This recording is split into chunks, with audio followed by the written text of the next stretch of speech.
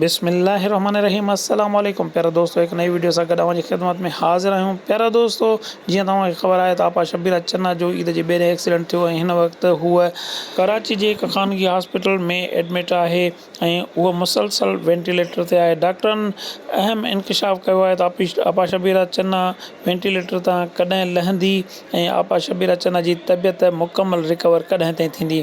त प्यारा दोस्तों, हलूं था अॼु जे वीडियो जी तरफ़। जी हाँ दोस्तों, आपा शबीर चन्ना के जेके डॉक्टर डील कनि पिया, ट्रीट कनि पिया, उन्हनि जे चवण जे मुताबिक़ आपा शबीर चन्ना के कुझु ॾींहंनि ताईं अञा वेंटिलेटर ते रखियो वेंदो, जंहिं खां पोइ आपा शबीर चन्ना खे ट्रायल ॾिनी वेंदी।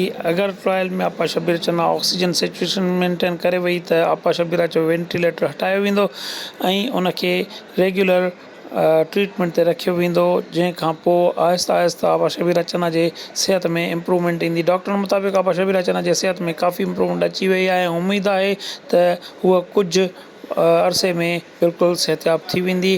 डॉक्टरनि आपा शबीर चन्ना जे परस्तारनि खे अपील कई आहे त उहे दुआ जारी रखनि त जीअं अल्लाह पाक संदसि मथां महिर करे। दुआउनि में यादि कजो। अल्लाह हाफ़िज़।